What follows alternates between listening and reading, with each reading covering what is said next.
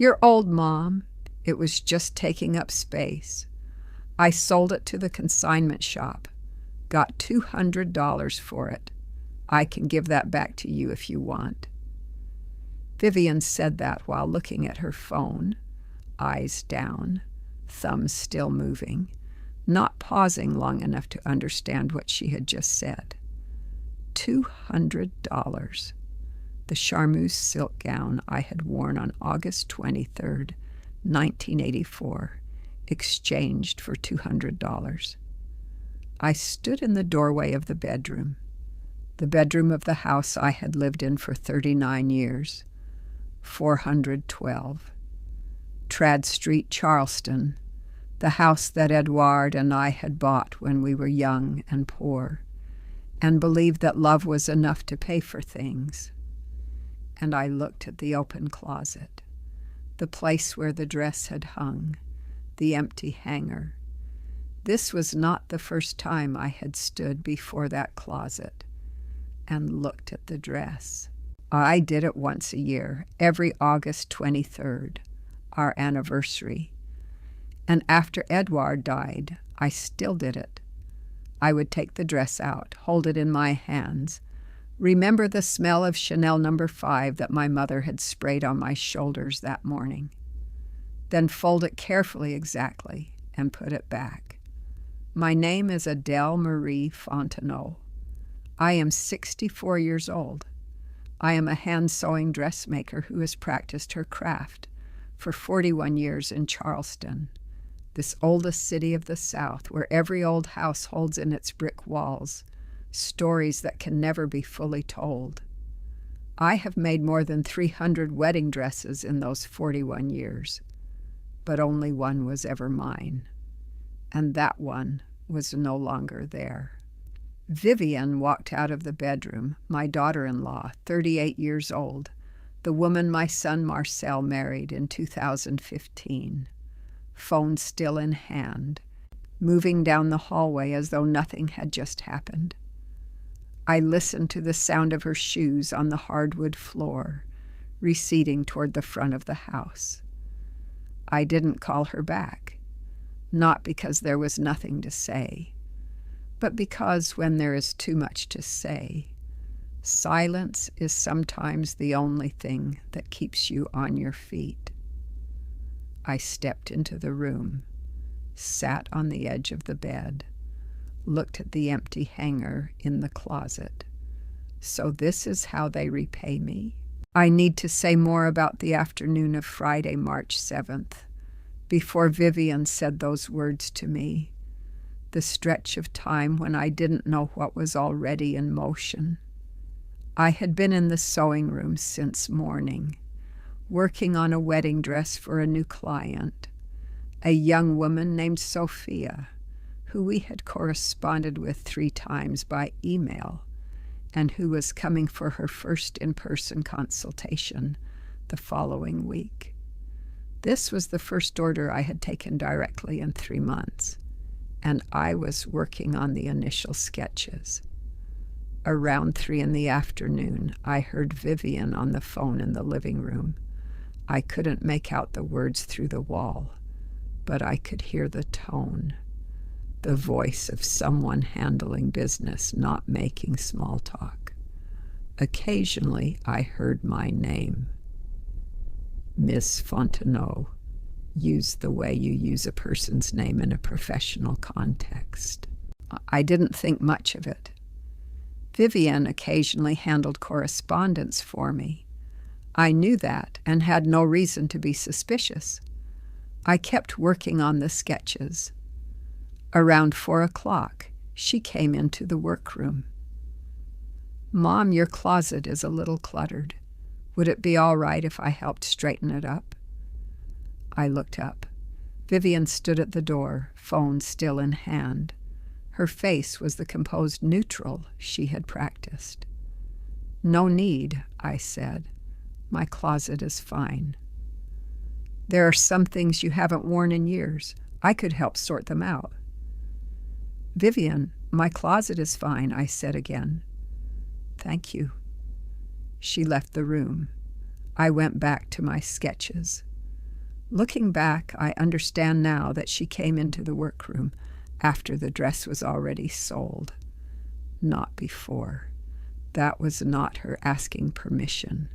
That was her coming to announce and hoping I would accept it after the fact.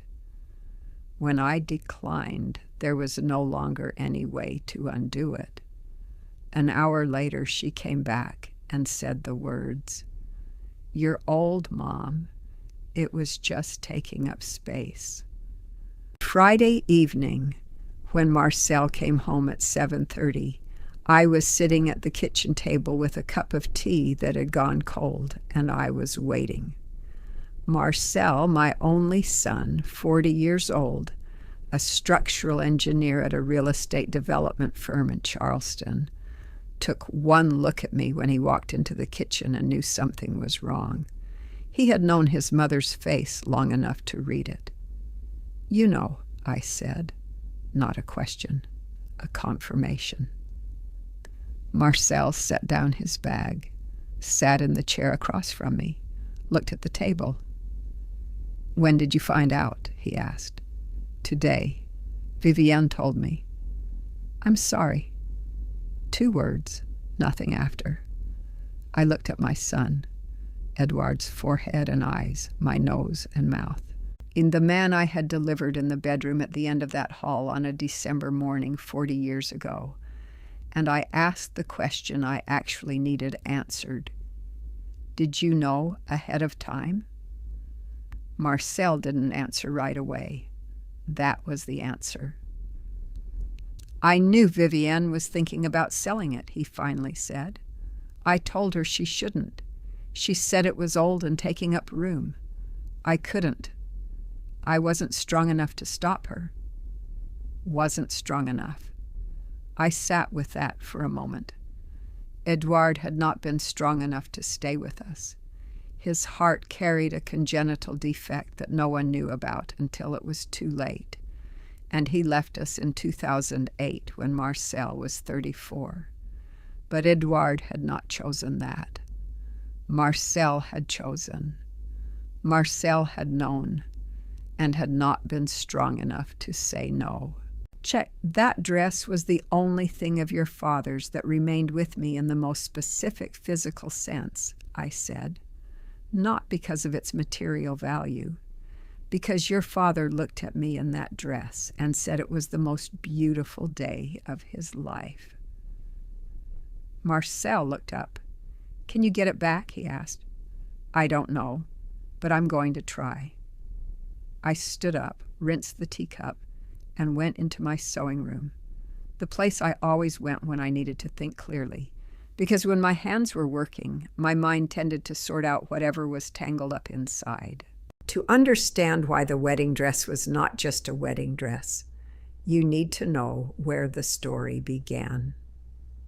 Edouard Jean-Baptiste Fontenot was born in New Orleans in 1955, the son of a watchmaker and a piano teacher.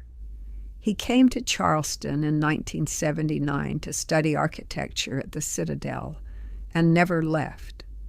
I met him that year. I was 20, apprenticing at a dressmaking shop on King Street, and he walked in to ask for directions to the library. "I gave you directions to the library," he used to say later, "but I didn't go to the library. I walked back to the dress shop and asked for your name." We married in 1984, after 5 years of knowing each other, long enough to understand who the other person actually was, not just the version people show when they're in love. The wedding was small at St. Michael's Church on Broad Street. 20 guests. I made my own wedding dress. That was the first time in my life I made a garment with absolute attention, paid to every last detail, not because a client required it, but because I wanted to. Charmeuse silk from an importer in Savannah, the kind of silk with a satin face and a matte back, the kind that when you hold it in your hands flows downward on its own, as though it were liquid. I cut it on the bias, diagonally across the grain of the silk, following the technique of Madeleine Vionnet, the Paris dressmaker of the 1920s, whom I considered my master even though we had never met. The bias cut makes the silk follow the body naturally, without requiring rigid structure, and it moves and shifts as you move. I made that dress over 6 weeks. Every evening after my shift at the shop, I sat under a small lamp with a needle and made it stitch by stitch. No machine, entirely by hand, following true haute couture technique that the Parisian seamstresses had passed down through generations. When Edouard saw me on our wedding day, what he said wasn't the immediate wow that reflex produces. It came after about 20 seconds of silence, after he had looked at me, and then he simply said, "Adele, I will remember this moment for the rest of my life." He did remember, and when he died in 2008, the dress was still in the closet, wrapped in white muslin the way you're supposed to preserve fine silk. Now it was gone, and someone had sold it to buy a designer handbag. I want to speak about the foundation of my craft, because without understanding that, you can't understand why the quality of my work was something that couldn't be counterfeited, no matter how hard someone tried. I was born and raised on Johns Island, South Carolina, one of the sea islands off the coast of Charleston, where the Gullah Geechee community has lived continuously from the time of slavery to today.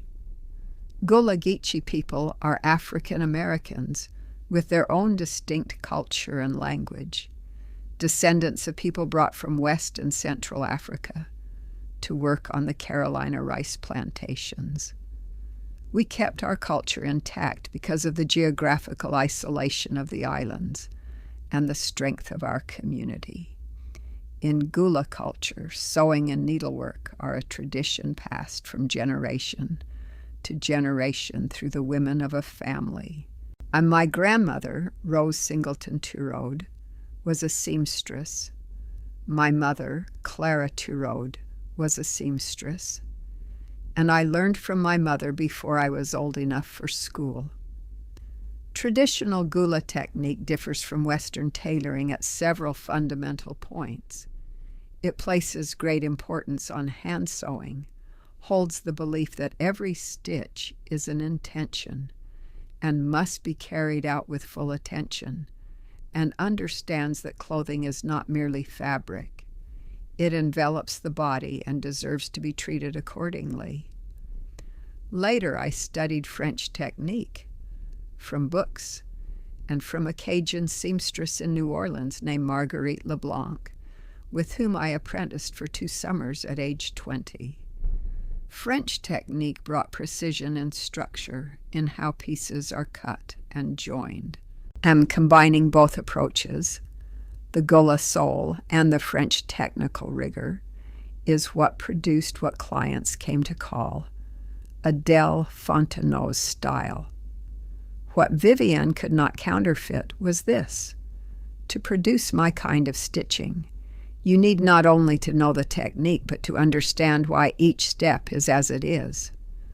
The Myrtle Beach factory could make stitching that resembled mine, from a distance in a photograph, to someone who doesn't sew. But Eleanor Drayson had been sewing since she was a young woman, and she knew immediately. I want to say more about Edouard and about the house on Trad Street, because the story of the wedding dress cannot be fully told without the man who stood behind it. Edouard was an architect in the particular Charleston sense, not the kind who designs new contemporary buildings, but the kind who preserves what already exists. He spent most of his career working with historic structures in the historic district, understanding every layer of brick and every generation of craftsmen who had built this city. Every old building is a conversation between many generations, he liked to say. The people who built it first, the people who repaired it later, those who added to it or took away from it. And my job is to understand all those voices and make sure the conversation continues. The house at 412 Trad Street was one of those buildings, built in 1872. Many owners, once a home, once offices, briefly abandoned. We bought it in 1985 for much less than it would be worth now, because it needed major work, and the neighborhood hadn't yet been discovered by the wave of urban revival. Edward restored the house using proper preservation methods, keeping everything that could be kept, replacing only what couldn't be repaired, always using materials appropriate to the building's original period. He spent 3 years on it while we lived there, working room by room. I remember the smell of fresh paint and timber and the sound of hammering punctuating our arguments about everything. The color of the window trim, and how to position the stove in the new kitchen. The room I think of most is the sewing workroom at the back. The room Edward added in 2001 as my 42nd birthday present. He designed it with careful attention to light. 3 large north-facing windows for even, indirect illumination, ceiling height tall enough to hang long fabric samples, and oak floors warm enough to stand on all day. I consulted an expert about the best light for a seamstress, he told me, when he first showed it to me. And the expert told me that a seamstress needs to see color truly, not distorted by direct sun. So, north-facing. Which expert? A well-known dressmaker in Charleston. You wouldn't know her. He had asked the women in my community, people I knew through the Rose Society and the local craft guilds. That was how Edward did everything. Find the people who truly knew and ask them, rather than guessing or reasoning from theory. The house on Trad Street and my sewing workroom were the joint work of both of us, not in the sense that we both built them, but in the sense that we both thought about them together. When Vivian and Marcel moved in and changed things one by one without asking me, they didn't understand that every object in that house had its own history. I started in this trade at 23, when I opened my first small workroom on Wentworth Street. Not a grand studio, a rented room on the 2nd floor of a historic building. 2 lamps, and an old Singer sewing machine I bought from a woman on James Island for $50. Charleston at that time was changing. The old city was coming back to life. Visitors were beginning to return. People were beginning to care about history and culture, and the Southern quality that couldn't be found anywhere else. In that context, a young hand-sewing dressmaker with traditional gula-geechee technique blended with French method, I was the daughter of a Gullah family from Johns Island, found clients the way rare things are found. I didn't just make clothing. I made memories. And a wedding dress for the woman who married for the first time at 42 after breast cancer didn't win. A suit for the man who would stand at an operating table for the first time as a surgeon rather than a patient. Ceremonial clothing for a little girl adopted from Haiti, worn at the naming ceremony in her new church. My brand, Adele Fontenot, was not a brand in the marketing or advertising sense. It was my name. It was the reputation accumulated through 41 years of every stitch. And Vivian had been using that brand. I didn't know this at first. Vivian began helping me in 2020, during the pandemic, when events and social gatherings had stopped. and many longtime clients could no longer reach me in person. She said she would help me communicate with clients by email and social media. And help me take orders when I wasn't feeling well. I agreed. I genuinely wasn't entirely well. Those years had some minor issues with joint pain in my hands, something unavoidable after 40 years of holding a needle. And I trusted Vivian because she was my son's wife. What I didn't know was that Vivian had been using my email and the name Adele Fontenot to accept high-end orders, wedding dresses, formal gowns for Charleston Festival of Houses events, performance costumes for local music groups, and then sending the work to a garment factory in Myrtle Beach to be done cheaply, keeping the difference. Clients paid for Adele Fontenot. They received substandard work. They didn't know why, because they weren't seeing me in person to ask. I didn't learn this until Sunday, March 9th, 2 days after I found out about the wedding dress. To understand the 6 months before all this, not just the wedding dress event, but how everything had been set in motion, I need to tell you about the 3 years Vivienne lived in my house. Vivienne and Marcel moved in with me in 2020, just as the pandemic began. Their apartment on Meeting Street had a rent increase, and they said they would temporarily move in while looking for somewhere new. Temporarily lasted 3 years. In those 3 years, I learned things about Vivienne that I hadn't known when she was only a visitor. Vivienne was intelligent, not academically. She didn't read widely and didn't pursue knowledge for its own sake. But she had real social intelligence. She read people quickly, understood what someone wanted or needed, and used that information to build advantage for herself. But she also had genuine aesthetic sense. She knew what was beautiful, how to put colors and pieces together. But her aesthetic sense served outward image more than actual value. A Louis Vuitton handbag mattered more than the quality of the fabric inside the coat. A photo on Instagram mattered more than the real conversation. I don't judge that way of living. People have the right to define value however they choose. What I didn't anticipate was that she would use my home, my name, and my trust in service of that way of living. The first sign I didn't pay enough attention to. In March of 2021, Vivian asked me about how I communicated with clients. Not asking to learn. She was asking the way someone asks when they're studying a system. I explained the email list, how I sent out notes when I had new work to share, how I handled consultation requests. She took notes. The second sign, in June of that year, she offered to update my website. I had a simple site, not modern, but enough for clients to find me.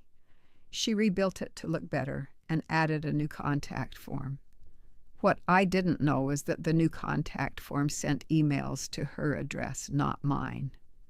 I only discovered this in March of 2023. A client called to ask why she had filled out the contact form 3 weeks earlier and hadn't heard from anyone. I checked the form and found out. When I asked Vivian, she explained that she was filtering the mail first so I wouldn't be overwhelmed. I thought that was reasonable. Looking back now, I see it clearly. When you trust someone, you tend to interpret their actions in the best light. That's not weakness. It's what trust naturally produces. And the weakness is in not asking questions early enough. Saturday, March 8th, at 9 a.m, I walked from my house to Magnolia Consignment on King Street. I knew this upscale resale shop. Charleston has several like it. Places where people bring good clothing, sometimes pieces of real historical value, not a cheap thrift store. But even the finest consignment shop cannot understand the value of a dress like mine beyond the market value of the silk. The shop owner, a middle-aged woman named Barbara, recognized me. People in Charleston know each other, especially those who have been here long enough. "Miss Fontenot," she said, slightly surprised. "Are you buying or selling?" "Looking to reclaim something that was sold in error," I said. The dress was still there, hanging on the last hook in the bridal section, among other 80s and 90s wedding gowns that people had brought in. It was still in the muslin garment bag. Vivienne hadn't removed it, and Barbara hadn't put it out on display yet because she hadn't had a chance to examine it properly. I stood before the dress. $200, the small price tag tucked into the bag. I opened the muslin bag, lifted the dress out carefully, held it in my hands. 40 years. The charmeuse silk was still soft. The white had shifted to a warm ivory over time, not the cold white of an inexpensive gown, but the warm cream that good silk settles into as it ages. The side seam, I held it up close, still showed my own hand stitching, even and patient. "I'd like to buy this back," I said to Barbara. $200 is the listed price," Barbara said, "but I can see this isn't ordinary. How much would you like to offer?" $200, the price Vivienne sold it for. When I left the shop with the dress carefully wrapped and walked out the door, Barbara came with me to the sidewalk and said something I hadn't expected. "Miss Fontenot, I want to tell you something." She looked down King Street for a moment before looking back at me. "The woman who brought this dress in, I assume she was your daughter-in-law from the way she spoke. She wanted me to give her $600. I told her I could only offer $200 because it was vintage bridal, and the secondary market has its limits. She agreed to $200 after I told her I wouldn't take it otherwise." Barbara paused. "What I want to say is," I looked through the dress before she zipped it back into the bag, "I know silk and I know hand stitching, and I didn't understand why anyone would sell something like this." "Thank you for holding on to it," I said. "Actually, I hadn't had a chance to put it out yet." Barbara smiled slightly. "But if you hadn't come in, I would have called you. I've known your name long enough in Charleston to know this dress deserved to go back where it belonged." I didn't say anything more because there was nothing more that needed saying. I held the wrapped dress and walked out into a Charleston morning that was warm and smelled of camellia blossoms from behind the old garden walls. Sunday, March 9th. I was cleaning the sewing room when I found what Vivienne didn't know I would find. My sewing room was at the back of the house. The room Edward had built in 2001, with 3 south-facing windows and a large oak cutting table. Vivienne had used this room during the years she was helping me, meeting clients, taking orders, sometimes using my machine for small alterations. I started with the cutting table drawers. In the 3rd drawer from the bottom, among pattern sheets and design sketches, was a slim folder I had never seen before. Inside were printed emails, not my emails, but emails Vivienne had sent under my name. And clipped behind them were 3 handwritten letters from clients. I read the first letter. A woman named Margaret Caldwell, the wife of a federal judge, wrote that the wedding dress she had commissioned under the name Adele Fontenot had been delivered, but the side seam was puckered, The lining was not the agreed-upon fabric, and specifically, the right sleeve was 5/8 of an inch shorter than the left. She requested either a refund or a redo. The second letter was from a man named Robert Tanner. He had ordered performance vests for his jazz ensemble. He wrote that the vest looked acceptable on the surface, but the lining had separated after 3 wearings, and the collar stitching was not hand-sewn. It was not the quality I have received from Miss Fontenot in the past. The third letter was the shortest and the most painful. From Mrs. Eleanor Drayson, an 80-year-old woman. I'm my client for 25 years. Just 2 sentences. Adele, I don't understand what has happened with you. I cannot accept that this is your work. I read Eleanor Drayson's letter 3 times. I cannot accept that this is your work. She was right. It wasn't my work. I kept searching. In the small locked compartment in the cabinet, a compartment Vivian kept a key to and that I had never asked about, because in my own home I had believed nothing needed to be locked from me. I found a spare key wedged between the cabinet and the wall. I opened the compartment.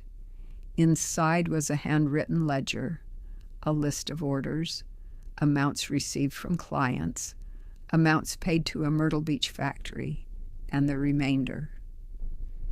I didn't need long to add it up. Over 2.5 years. Vivian had taken orders worth at least $87,000 under the name Adele Fontenot and paid the industrial factory approximately $30,000, keeping the difference, $87,000. And the wedding dress had been sold for $200 to buy a designer handbag. I sat down in the sewing chair, the chair I always worked in, the old leather-cushioned one Edward had bought me for my 40th birthday, and let all of it settle. Then I stood up and called my attorney. After finding the folder and the locked compartment, I didn't stop there.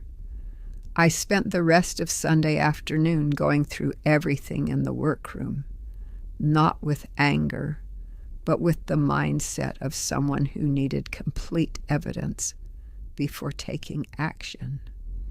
In the right-hand drawer of the work desk, I found a small green notebook, the notebook I used to record orders, each page noting the date, client name, description, and technique notes. Vivian had used this system to learn my existing orders and repurpose that information. I also found a thick envelope containing invoices from the Myrtle Beach factory, Carolina Garment Works, with the ordering party listed as Vivian Ashford, but the delivery address as the house on Trad Street. The first invoice was dated September 13th, 2022. Monday, March 10th, before going to meet Renata Cross. Gita called Carolina Garment Works. The person who answered was a receptionist who knew nothing of the background story. I simply asked whether they worked with Vivian Ashford and whether goods were shipped under the name Adele Fontenot. The receptionist confirmed, yes, Vivian Ashford had been a regular customer for 2 years, and the order notes indicated that items were packaged under the label Adele Fontenot Couture. Adele Fontenot Couture. She had added the word couture to my name. I have never used that word for my brand. Monday, March 10th. I met Renata Cross at her office on Broad Street. Renata Cross, an intellectual property and commercial contracts attorney, a 52-year-old African-American woman with naturally silver hair and a voice that could turn from gentle to steel in an instant, was the person who had helped me register the Adele Fontenot trademark in 2015 at the suggestion of a client who was a lawyer. At the time, I thought it was unnecessary. Who would claim the name of a Charleston dressmaker? But I had done it, and now I understood why. I laid the folder on Renata's desk. She read without interrupting for about 20 minutes. "Adele," she said when she finished, "this is a clear trademark violation under the Lanham Act. Vivienne used your registered name to conduct business without authorization and has damaged the reputation of that trademark. Beyond that, there may be fraud charges if clients paid with the expectation of receiving your work and received substandard work from elsewhere." "I don't want to put her in prison," I said. "She is my son's wife."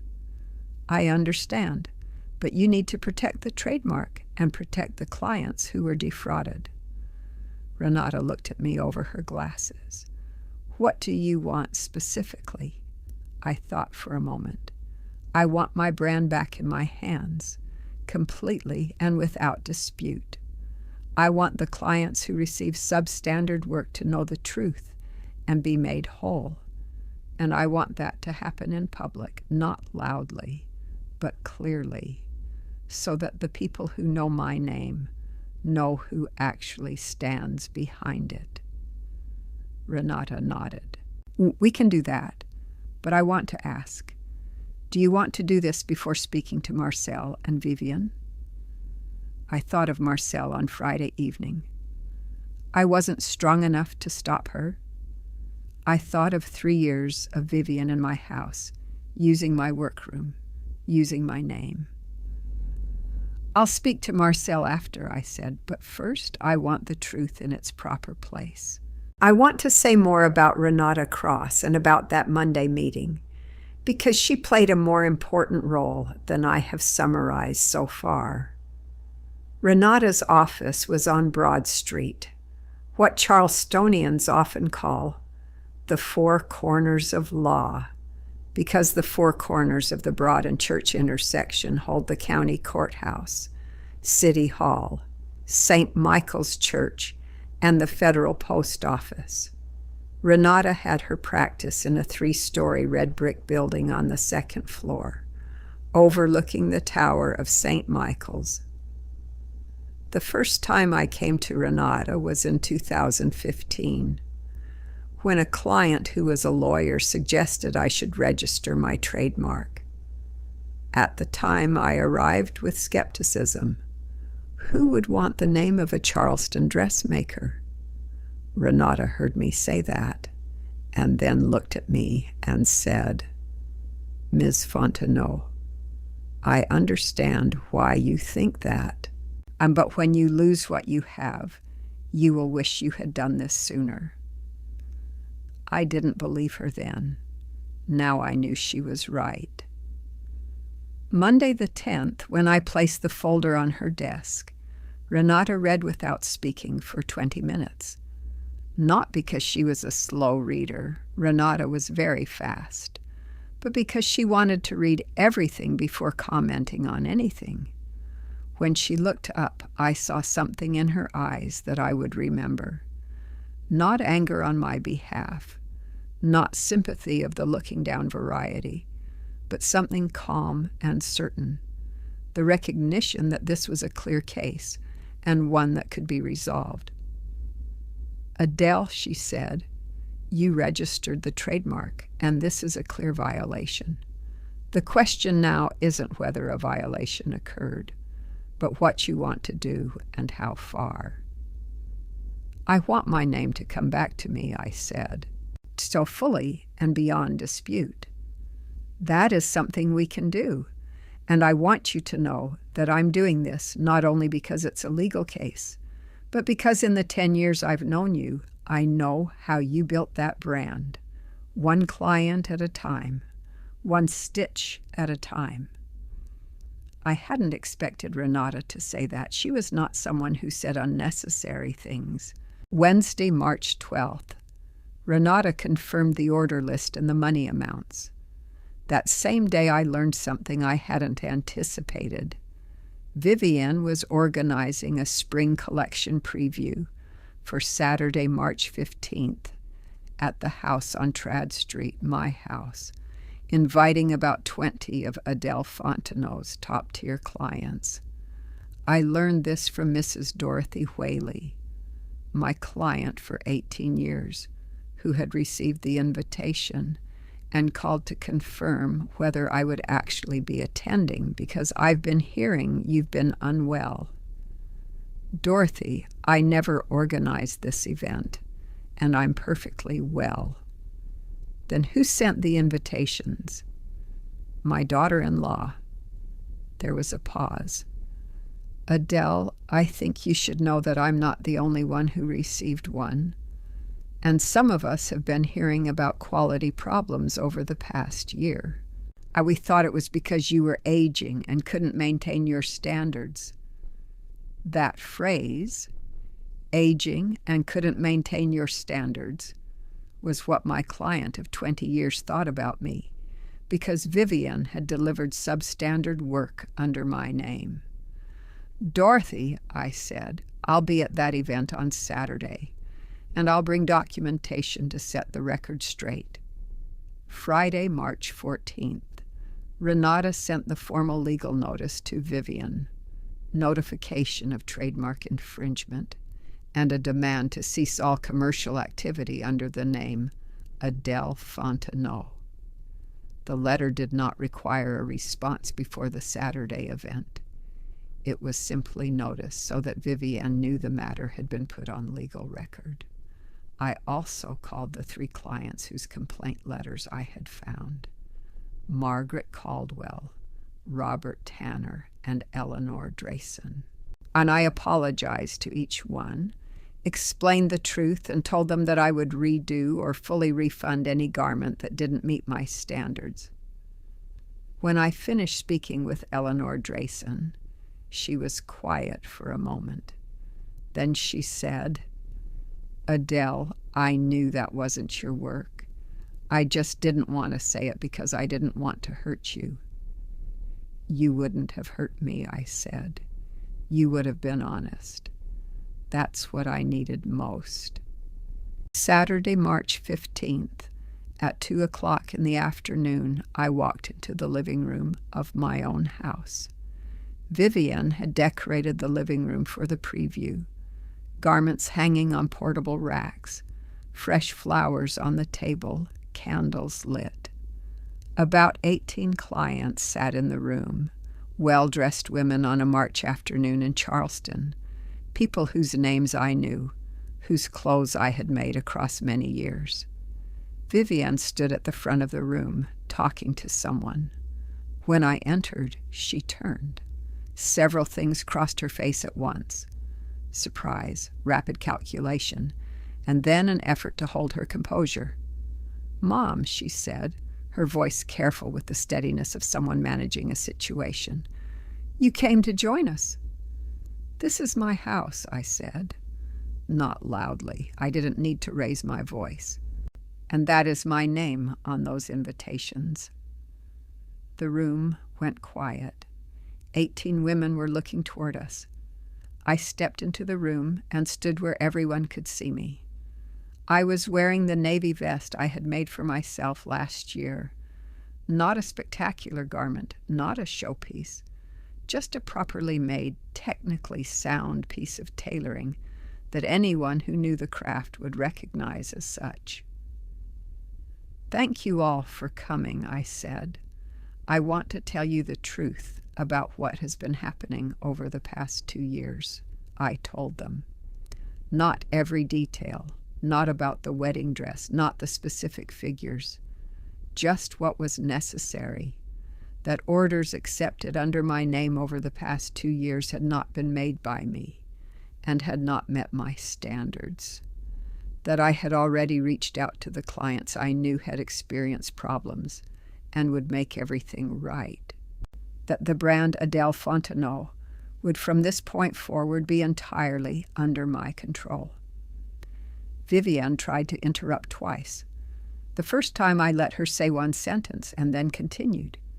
The second time I simply looked into her eyes and said, "Vivian, you are in my home.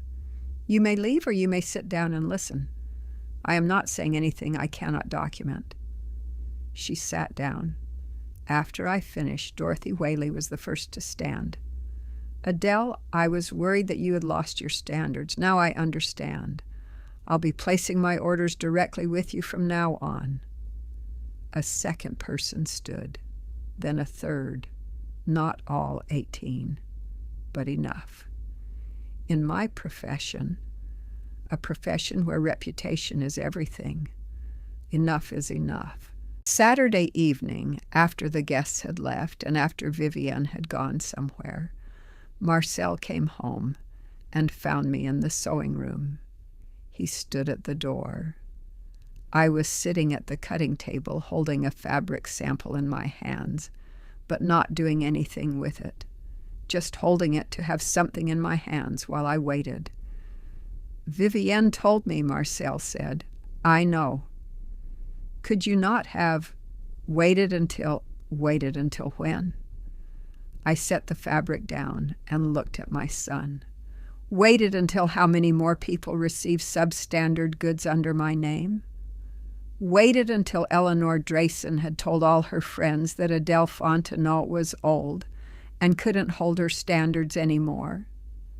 Waited until I couldn't get a single order because the reputation I spent 41 years building had been used up?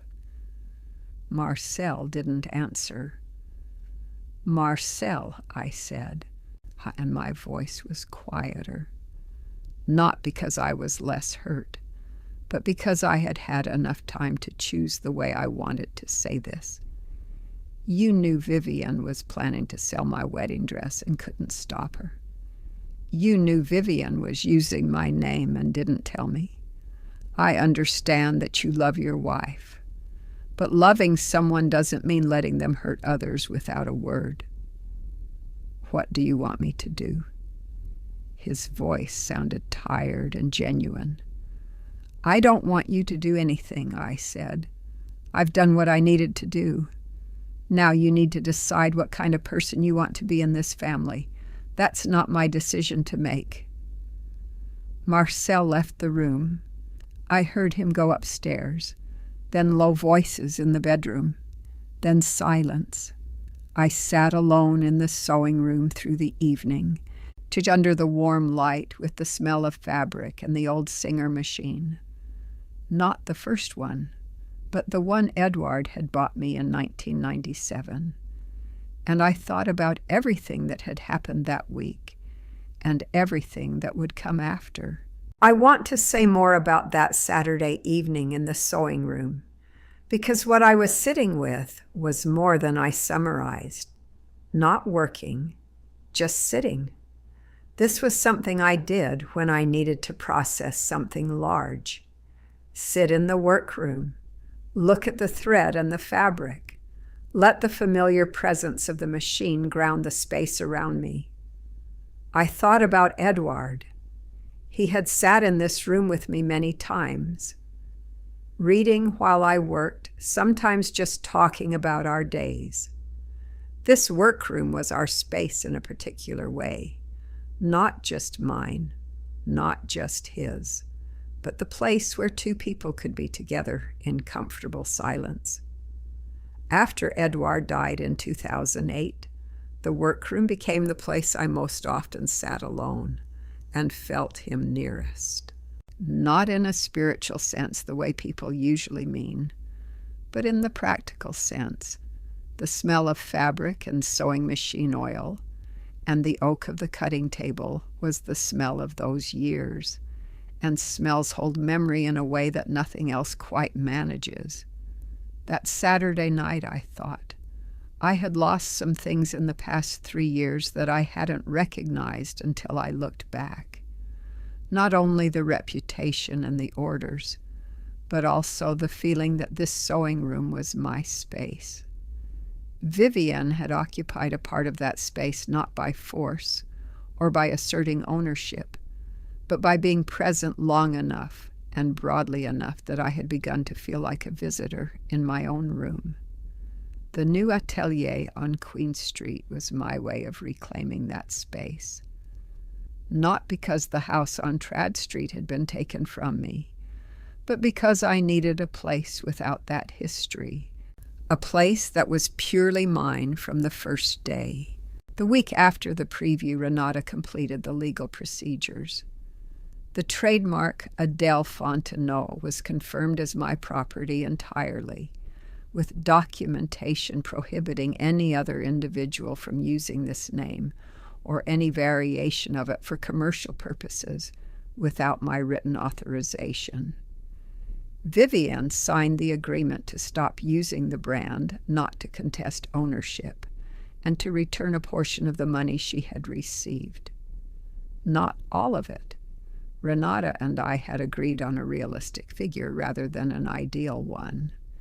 In this case, realistic meant that Marcel was my son, and I didn't want to destroy his life by dragging it into a courtroom, even knowing that what had been broken would not heal easily. Part 11. BP. The settlement with Vivienne and what Renata negotiated. During the week after the preview, Renata and Vivienne's attorney, someone Marcel had hired for his wife, met twice to reach terms. Vivienne initially proposed returning nothing, arguing that she had invested labor in the brand. Renata placed the Carolina Garment Works evidence on the table alongside the complete order list and figures. Vivienne's proposal changed. We ultimately settled on $30,000, not the full amount shown in the ledger, but the figure Renata and I had calculated as realistically achievable without litigation.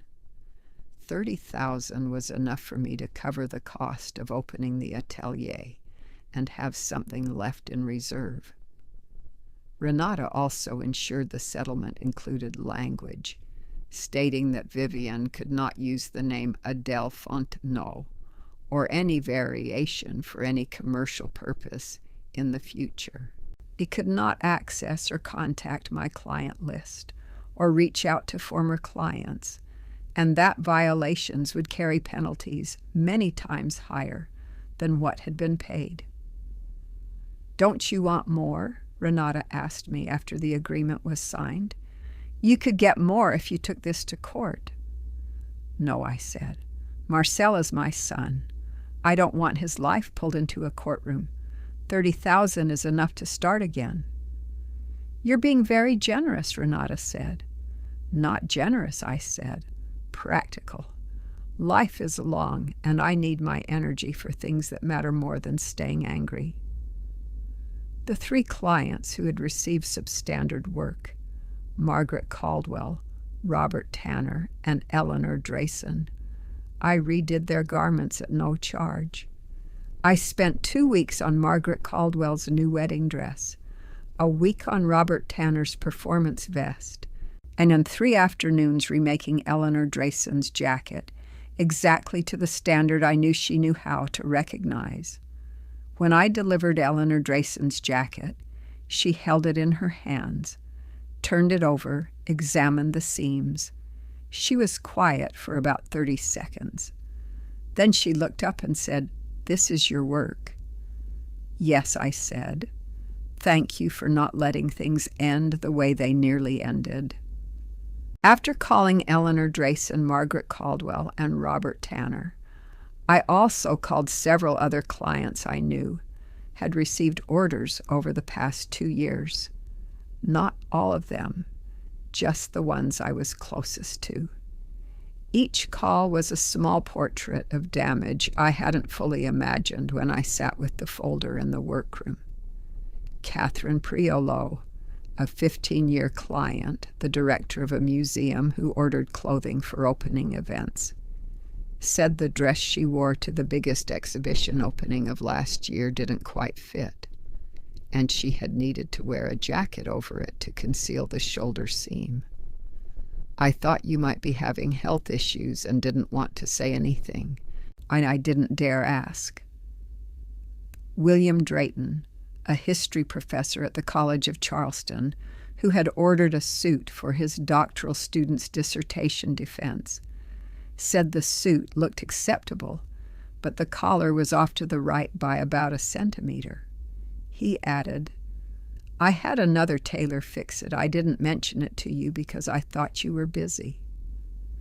Patricia James, the woman whose wedding dress I had made in 2019 and who had come back to order a 5th anniversary outfit, gave me the shortest and most painful version. "Adele, what I received was nothing like what we had discussed. I thought you had changed your style." Not a change in style. Not health issues. Not being too busy. All of it was because someone else had accepted their orders and delivered inferior work. I sat with those calls through one evening and then decided, before doing anything else, I needed to make each one right. I couldn't let clients walk away with a wrong impression of me, not because of pride, but because they had trusted me with important moments in their lives, and they deserved to receive what they had paid for. In June of that year, I opened Adele Fontenot Atelier at 87 Queen Street, Charleston. Not the house on Trad Street. I was still there. It was still my home. But Marcel and Vivienne had moved out to their own apartment in April, and I had decided that my workroom needed its own separate space, not because I wanted to leave the house, but because I wanted the atelier to stand on its own. 87 Queen Street was a historic building from 1845. Brick walls, tall windows, heart pine floors. I leased the ground floor, a small reception room with a settee and coffee table, a private consultation room, and in the back, the sewing workroom, with north-facing natural light. A seamstress's light, not direct, but even and true to color. The opening was not a large event. I didn't want a large event. I invited about 30 people, longtime clients, several young craftspeople I knew and wanted to encourage, and Dorothy Whaley and Eleanor Drayson as representatives of those who had accompanied me through what had just happened. I wore the navy vest I had made for myself, the vest I had worn at the Saturday preview, and in the corner of the reception room, on a small framing stand, I displayed my charmeuse silk wedding dress, not for sale, not as a showpiece, but as a reminder to me and to anyone who came that everything worth doing begins from one specific stitch and one specific moment. Marcel came to the opening, alone. Vivienne wasn't there, and I hadn't expected her to be. He stood at the door for a moment, looked around the room, then came to where I was. "You've built something really beautiful here, Mom," he said. "Thank you," I said. He looked at the wedding dress in its frame. Are you still angry about the dress?" "The dress came home," I said. "I bought it back from the consignment shop that first Saturday morning. It's fine." Marcel looked at me. "You got it back without telling me?" "What would you have done if I told you?" Not a harsh question. I genuinely asked. "I got it back because I needed to. No one's agreement was required."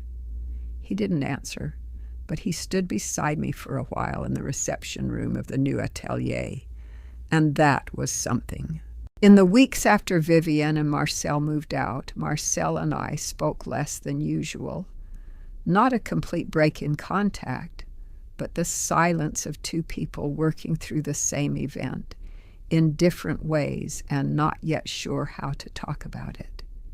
He called once in late March, not to talk about Vivienne or the settlement, but to ask whether I wanted him to come fix a stuck window in the sewing room that had been jammed since December. I was surprised by the question. "You know about that window?" "You mentioned it the last time I had dinner here. I made a note, but hadn't gotten to it." I said yes. He came the following Saturday, fixed the window in about an hour, had coffee with me, and went home. We didn't talk about Vivian, didn't talk about the preview, didn't talk about what had happened. Yes, we talked about the window and about a construction project his firm was doing in Mount Pleasant. That was not forgiveness or reconciliation or resolution. It was a son coming to fix a window for his mother. But it was a first step in the way that first steps don't have to be large ones. I thought of what Edward used to say about restoring houses. You don't fix an old building with one big decision. You fix one small thing at a time, patiently, and you trust that the small things added together will keep the house standing. At the atelier opening, Dorothy Whaley stood up and asked me to say a few words. I hadn't prepared anything. I was never someone who over-prepared remarks, because when you prepare too carefully, the words lose the truth of the moment. I looked around the room. 30 people. Familiar and unfamiliar faces. Afternoon light through the tall windows. The wedding dress in its frame in the corner. I don't have a speech prepared, I said, but there is one thing I want to say. I have been a dressmaker for 41 years. In those 41 years, I have made clothing for people to wear to the most important moments of their lives. Wedding days, the day a degree was received, the day a promotion came, the first day someone stood at an operating table as a surgeon. Those garments don't create the moments. People create the moments. But the right garment helps a person feel worthy of the moment they're in. This atelier is where I continue doing that, not under any other name, not according to anyone else's program.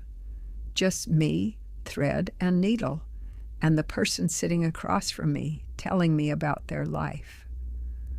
I also want to say something about the wedding dress in that frame over there. I looked toward the corner. That is the dress I wore on my wedding day in 1984. My husband looked at me in that dress and said it was the most beautiful day of his life. I put it here not as a work of art or as decoration. I put it here as a reminder that the most worthwhile thing in this craft isn't technique, though technique matters. The most worthwhile thing is to create something the person wearing it will remember forever, and that the person watching them will also remember forever. The room was quiet for a moment after I finished. Then Dorothy Whaley began to applaud, and others joined. Jasmine Perry, my youngest apprentice, was standing in the corner, and I saw her blink quickly. That was the opening. In the Saturday preview, after I had finished speaking and most of the guests had left, Vivian approached me.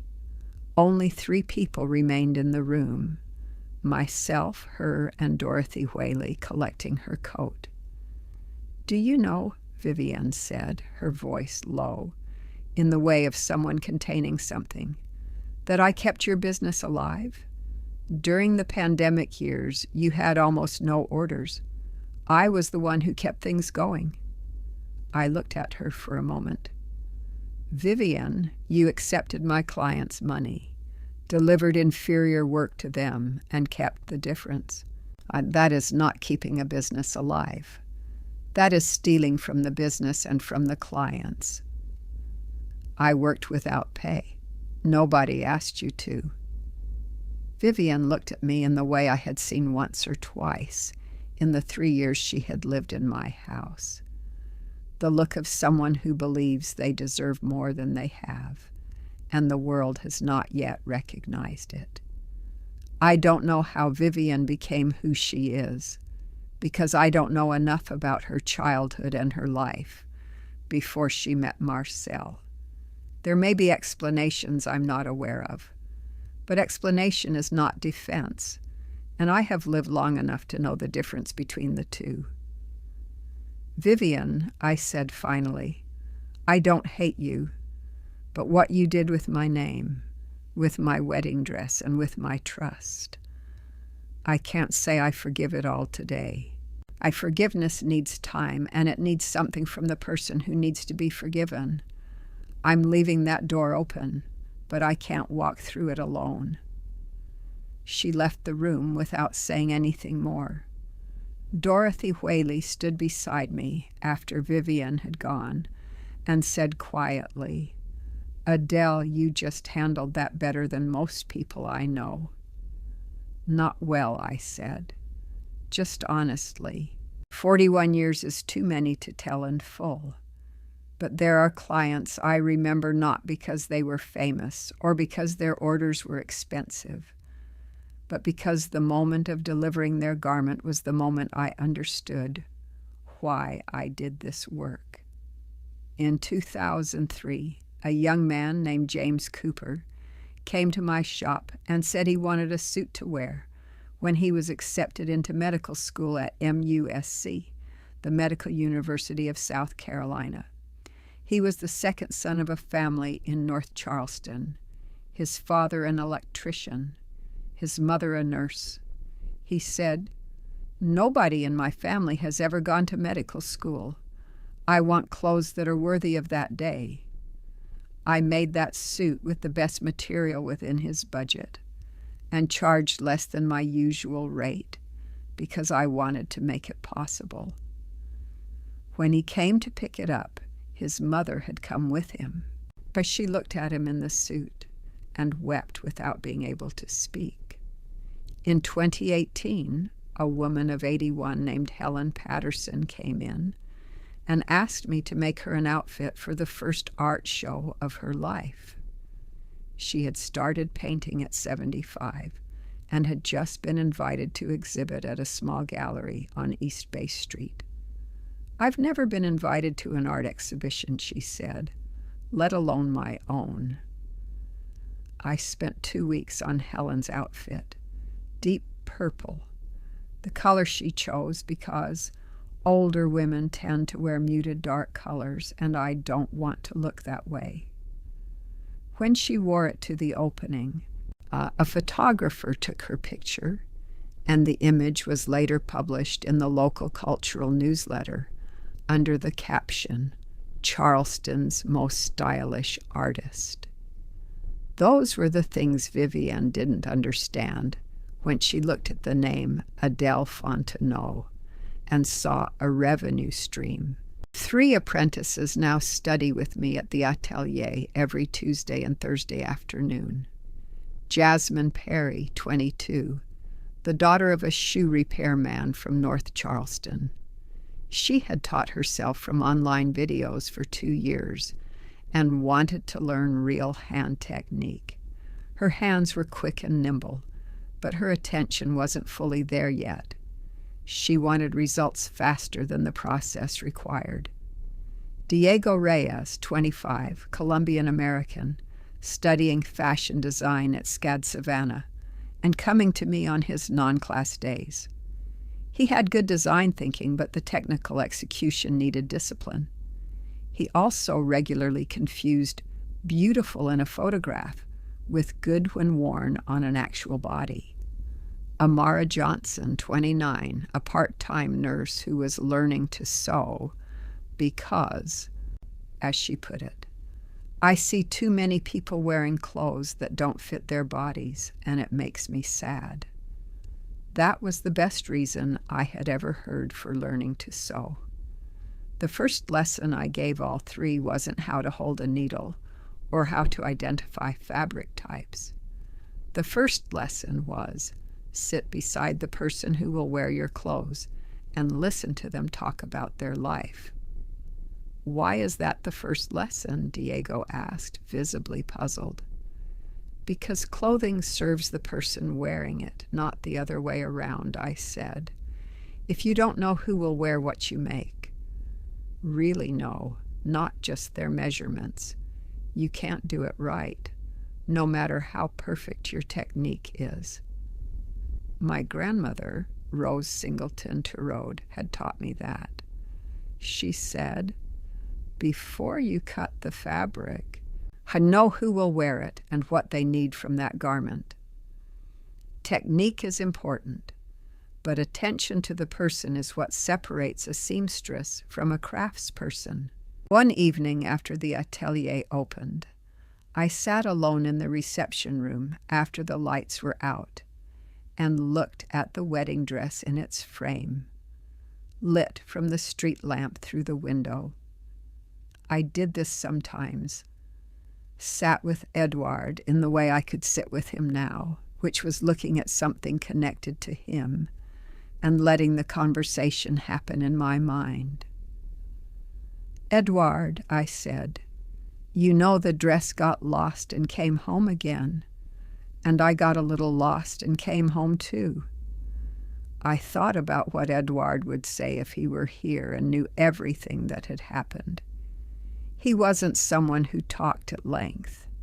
He was an architect, accustomed to the language of form and structure rather than long explanation. He would look at the atelier and say something short and true. I think he would say, you built it right, the right place, in the right way. That is all that needed to be said. I'm writing these words on an August morning, sitting at the consultation table in the atelier with a cup of coffee and the early Charleston sun angled through the tall windows. Adele Fontenot Atelier has been open 2 months. Not a resounding success. I didn't set out to have a resounding success at 64, but enough. Enough orders to keep me engaged. Enough longtime clients coming back to know the reputation is still real. And 3 young apprentices who come every Tuesday and Thursday. The wedding dress is still in its frame in the corner of the reception room. Every morning when I open the atelier, I look at it once. Not a long look, just a glance of confirmation. The way you look at something to remind yourself of why you're here. Extended epilogue. The lesson from the thread. There is something about hand stitching that I teach my apprentices and that I also want to say here. A good line of stitching is an even line of stitching, not a fast line, not a line that looks beautiful under magnification to a fine aesthetic eye. An even line, every stitch the same distance apart, every stitch the same tension, every stitch genuinely connecting this piece to that piece in a way that means the fabric won't pull apart when someone wears it and moves in it. To make an even line of stitching, you cannot be thinking of anything else while you sew. You have to be here and now, with the needle and the fabric attending to each stitch. The skill comes from practice, but the attention has to be present each time. I think life is like that. The best things, relationships, to creative work, moments, all require genuine attention, not perfection, not scale or grandeur, just steady, even attention across days and months and years. Vivienne wanted results without process. She wanted the brand without 41 years of building it.